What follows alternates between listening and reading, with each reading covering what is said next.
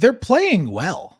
Like, I know they're 10-7 right now, but like they're playing good basketball. You look at the profile and they have the profile of a team that's pretty good. I'm starting to think that I mean, I think I picked them fifth in the East and coming into the year, maybe fourth. And I'm starting to think that's probably right about where they're going to end up. They're 11th in offense right now. They're fifth in defense.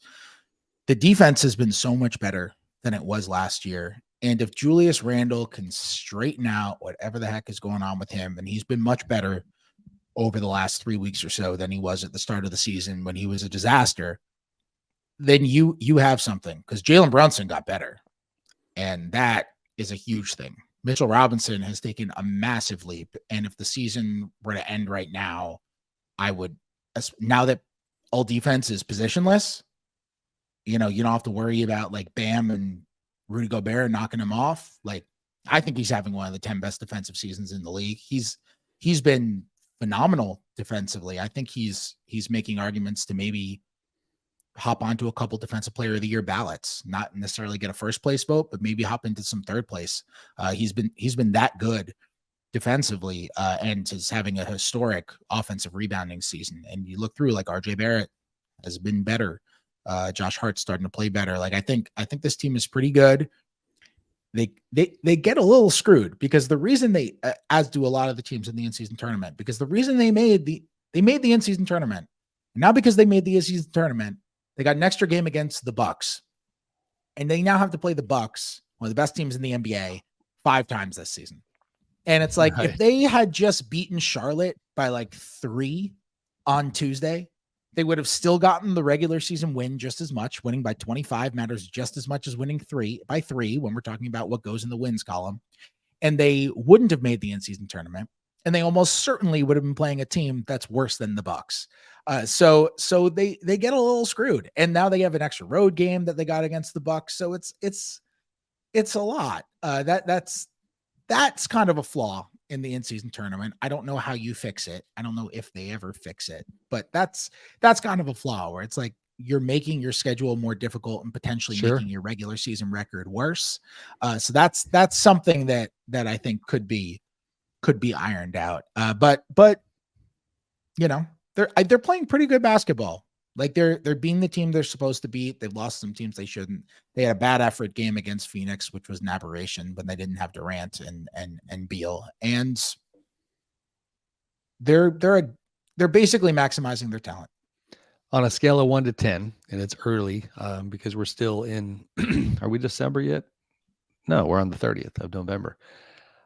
Scale of 1 to 10, how aggressive do you think your Knicks might be as we get closer to the trade deadline for adding a player of actual significance? Yeah, I think they'll be pretty aggressive. Yeah, I think they definitely will. Look, they've been building. Yeah, so they've been building towards, obviously, the chase for a star. And I don't think they're like going to get into the Zach LaVine or DeMar DeRozan hunt. That's not what I think. But I do think that they know they could use a big wing who can shoot and guard big wings. I do know they made a hot pursuit for OG Anunoby heading into last year's trade deadline. They made a legit offer for him, and Toronto just wasn't trading him. And we don't know how it's going to go, but Anunoby's a free agent after this year. Obviously, he's got the CAA connections where he's rep by CAA, and the Knicks have, all these former CAA people running the team, and he makes perfect basketball fit. I could see something like that. They have a full 9-man rotation right now, but I could see them finding something. And I'm not saying it's Anunoby for sure.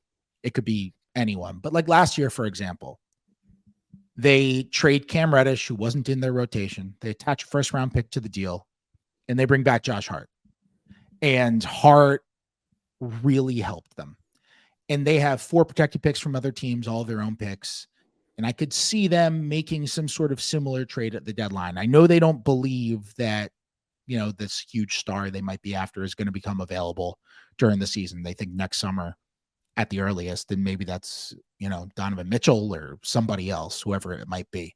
But I could see them doing that sort of trade, like a Josh Hart-like trade. They've still got Evan Fournier's $18 million salary.